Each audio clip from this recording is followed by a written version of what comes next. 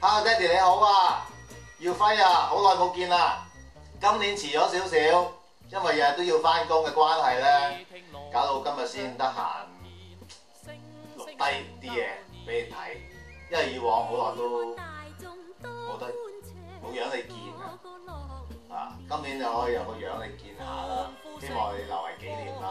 好啦，龍年今年祝爹哋你龍馬精神，身體健康，日日都咁開心，好冇？恭喜恭喜！